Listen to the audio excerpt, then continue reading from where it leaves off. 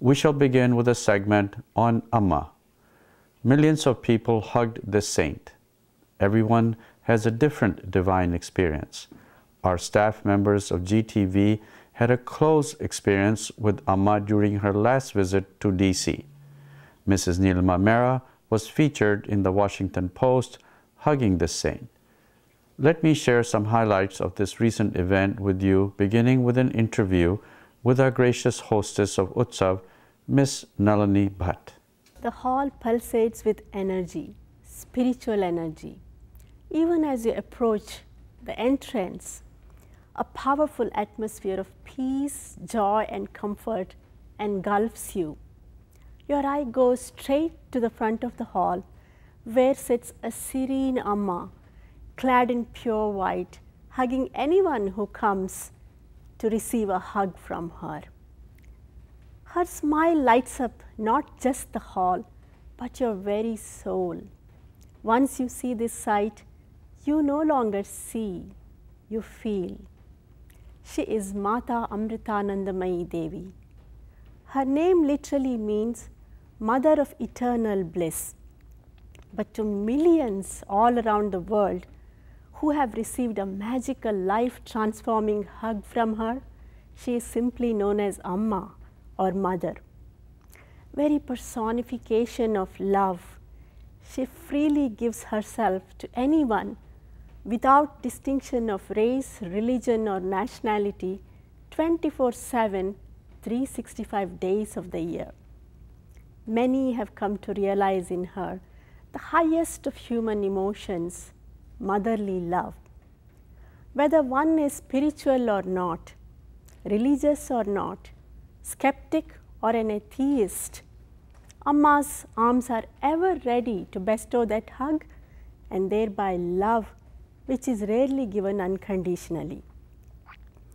Amma does not confine her activities to Amritpuri, India, her ashram, which is the nerve center of her worldwide mission. She travels the world. On July 6th and 7th, she was in Washington, DC, and we at Utsav had the great fortune of not only receiving a hug from her, but we had the golden opportunity of talking to her and seeking her blessings for our viewers.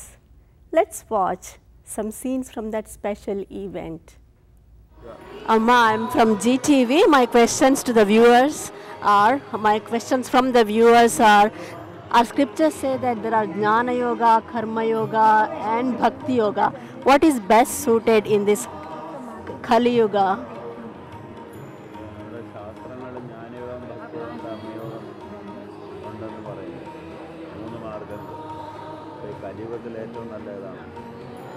ഓരോരുത്തരും മനോഭാവം അനുസരിച്ച് ശരീരഘടന അനുസരിച്ചിരിക്കും. മനോഭാവവും ശരീരഘടനയും അവർ ഇപ്പം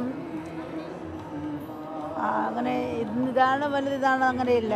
ഏത് മാർഗത്തിൽ കൂടിയും പോകാം, പക്ഷെ ഇഷ്ടമുള്ളത് സ്വീകരിക്കാം. ഒരു ഹോട്ടലിൽ ഒരേ തരം ഭക്ഷണമാണെങ്കിൽ എല്ലാവർക്കും ഇഷ്ടപ്പെടത്തില്ല. പല സൈസ് ഭക്ഷണമാകുമ്പോൾ ഇഷ്ടപ്പെടുന്നു. അപ്പോൾ അവർക്ക് ഇഷ്ടമുള്ള ഭക്ഷണം തിരഞ്ഞെടുക്കാവുന്ന പോലെ ഒരു തിരഞ്ഞെടുക്കലിന് സാധ്യതയുണ്ട്. പിന്നെ ഒരേ തരം ഷൂസായ എല്ലാവർക്കും വേണമെന്നില്ല. ഒരേ തരം കോട്ട് എല്ലാവർക്കും വേണം. അപ്പോൾ അവർക്ക് ഇഷ്ടമുള്ള കോട്ട് തിരഞ്ഞെടുക്കാം, ഇഷ്ടമുള്ള ഷൂസ് തിരഞ്ഞെടുക്കാം.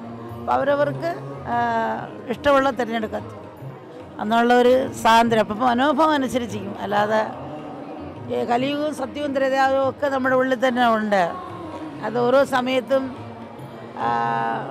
നമ്മൾ ധർമ്മത്തെ സത്യത്തെ ജീവിക്കുമ്പോൾ സത്യയുഗമാകും. കലിയുഗം എന്ന് പറഞ്ഞാൽ കലിയുള്ള സമയത്ത് കലിയുഗമാകും.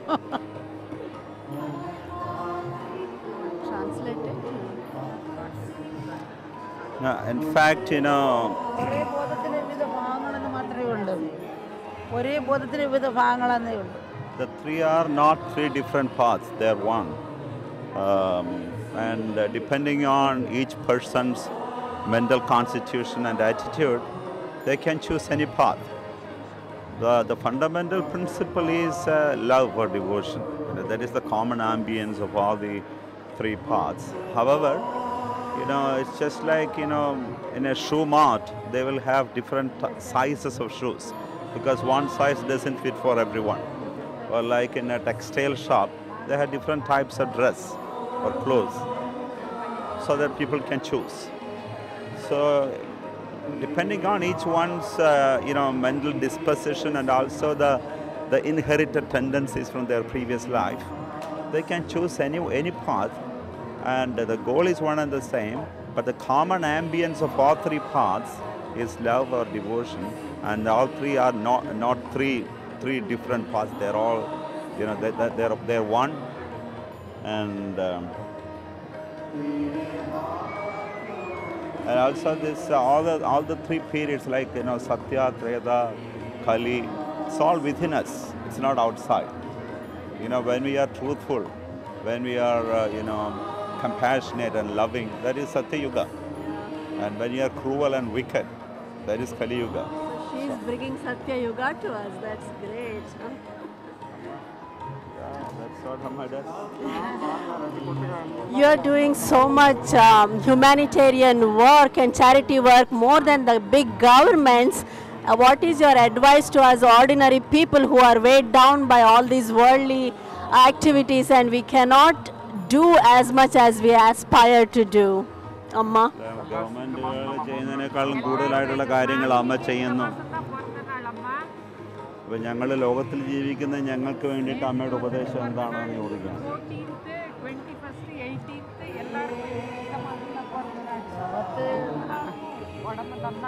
കൊടുക്കൽ വാങ്ങലിലെ ജീവിതം ഇല്ലല്ലോ പരസ്പരം. അപ്പോൾ നമ്മൾ ലോകത്ത് ജീവിക്കുമ്പം പുഴുക്കളും പട്ടികളും പൂച്ചകളൊക്കെ ജീവിക്കുന്നുണ്ട്. അതും കുട്ടികൾ സൃഷ്ടിക്കുന്നു, മരിക്കുന്നു. ഒരു മനുഷ്യ ജന്മം കിട്ടിയിട്ട് നമുക്ക് എന്താണ് പ്രായോഗികം ചെയ്യുക എന്നുള്ള മനസ്സിലാക്കുക. അപ്പോൾ നമുക്കെന്ത് നമ്മൾ എടുക്കാൻ മാത്രം വന്നതല്ല, കൊടുക്കാനെന്നുള്ള ബോധം കൂടി നമുക്കുണ്ടാകുക. അത് മാത്രമേ പറഞ്ഞുള്ളൂ. നമ്മൾ ഒറ്റപ്പെട്ട ദ്വീപിൽ ഒരു ശൃംഖലയുടെ കണ്ണിയാണ്. അവർ മാറി നമ്മളൊരു മാറാൻ നടക്കില്ല. അവർ മാറില്ല, നമ്മൾ മാറാൻ അവർക്ക് മാറ്റം ഉണ്ടാകും. അപ്പം അങ്ങനെ ആകുമ്പോൾ എല്ലാവരും ശ്രേഷ്ഠമാണ്.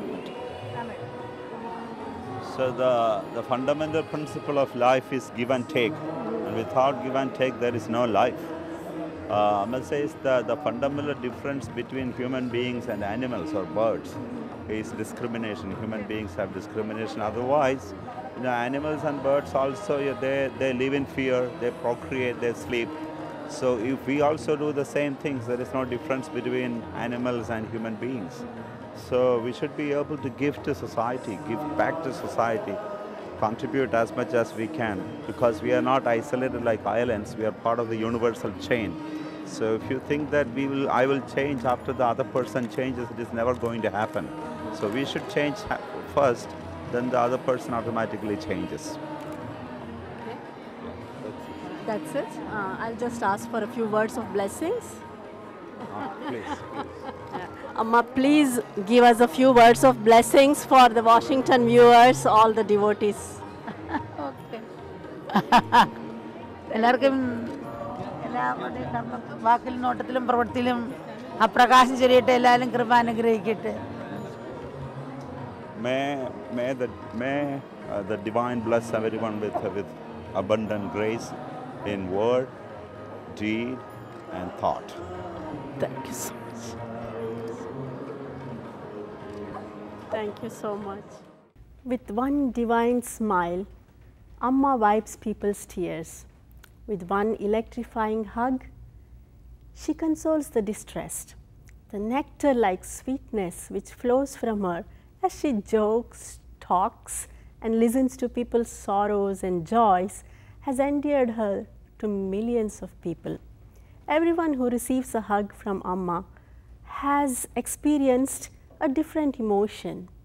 While some feel comforted, loved, and safe, others feel that they are with someone who is understanding them, who empathizes with them. Just like the candle burns itself so it can give light to others, Amma sacrifices her own self in the service of humanity. Amma has numerous charitable and humanitarian activities. Some of them are feeding the poor, disaster relief, empowering women, building homes and offering free shelter to the poor and needy, charitable hospitals and medical camps, orphanages and care homes for children, schools and educational institutions, preservation of nature with green initiatives, research for a better world. The list is long and growing every day. When tsunami hit in 2004, Amma's Mutt or organization initially pledged $21 million for relief programs. When all the relief activities were completed, $42 million were spent. For the flood victims and the survivors of Karnataka and Andhra Pradesh, Amma has contributed $10.7 million, $1 million for Katrina survivors. These are just but a few examples. Amma also has initiated a global network of local and regional charitable activities called Embracing the World. Currently, in 40 countries, projects are underway. Amma's Kitchen feeds about 2 million people in India every year. 72,000 free meals are distributed in the US alone. The food is cooked by volunteers with love and sanctified by their prayers. In our own area, there are 2 locations where volunteers distribute freshly cooked vegetarian meals, one in DC and the other in Virginia. Those who wish to volunteer at these locations can do so by contacting the representatives of Amma's organization by clicking amma.org in Washington, DC. Amma has an ashram in Potomac on beautiful 7.5 acres of land. It's going to perhaps become the hub of her activities in North America.